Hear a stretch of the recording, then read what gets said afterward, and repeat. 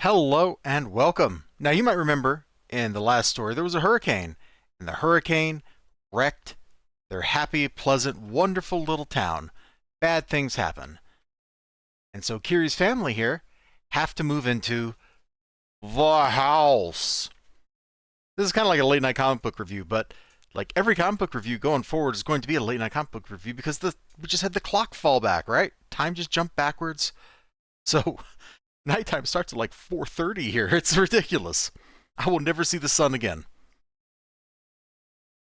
So I got to go live in one of those row houses. Now these were teased in earlier chapters. You could see them around and stuff, but they weren't a big thing except in the chapter about the two lovers that turn into snakes. Hold on, I'm looking up the name of that chapter here because I forget what that one was called. Chapter 5, Twisted Souls. Those families lived in these miserable little houses. So Kiri's family moves in. They got a neighbor on one side who's kind of a weirdo and is really into her, pervert, really into her. And then they got a neighbor on the other side that's making all kinds of weird noise. I don't want to live here. It gives me the creeps. Stop whining. Be glad to have a roof over our heads. Now then, I'm going back to the house. I'm going to sift through the rubble. Rubble? I'll join you later. I should introduce us to our new neighbors. So Mom's going to do that mom thing. Now, the new neighbor, I think the monster lives next door. You can kind of see how that goes. There's the other neighbor, the one who turns to kind of a creep. And weird stuff starts happening to the family. They get these weird growths, weird little warts.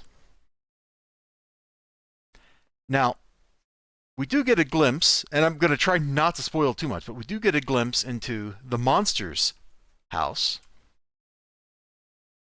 There's an old lady there. Her son dies, she dies. They come to take the body away. And the curious neighbor, the weirdo, how did the son look? Please tell me, I'm really interested. You see, I went to the rooms the other night. The floor where her son slept was covered with small holes. Now, what was that about? I have no idea. But he wasn't normal, was he? Was he? Come on. I promise not to tell anybody. He's a super snoopy kind of guy. He's the kind of guy you don't want as a neighbor because if you're just trying to go through your life, living your life every day, well, he's the kind of guy who's not into that. He's the kind of guy that does not want normal stuff to happen to you. Don't be like him, by the way. I'm going to put this page up here just because the little boy's face. Like I just love this facial expression. His absolute terror, disgust, fear. It comes through really strongly.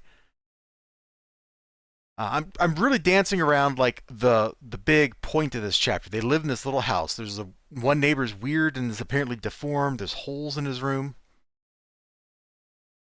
What is the name of that phobia? Is it like tryptophobia or something like that? Man, man, that's a bad one to have. But needless to say, the son was deformed. He had something going on with him. And we kind of get to see what that looked like. This is a great chapter for body horror.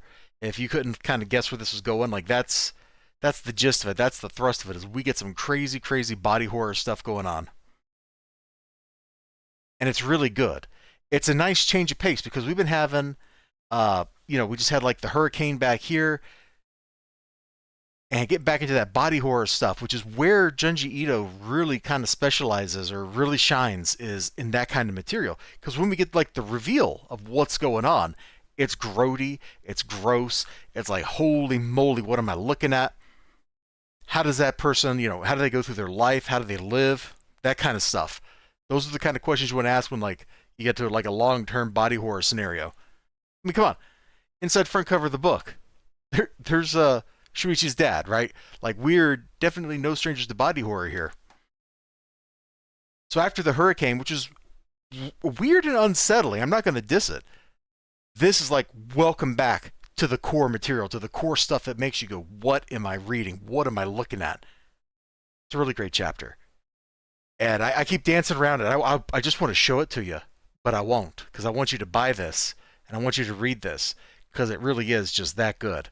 You all take care of yourselves. You have a great one. Remember, like, comment, subscribe, all that good stuff. Hope to see you again next time. Until then, bye-bye.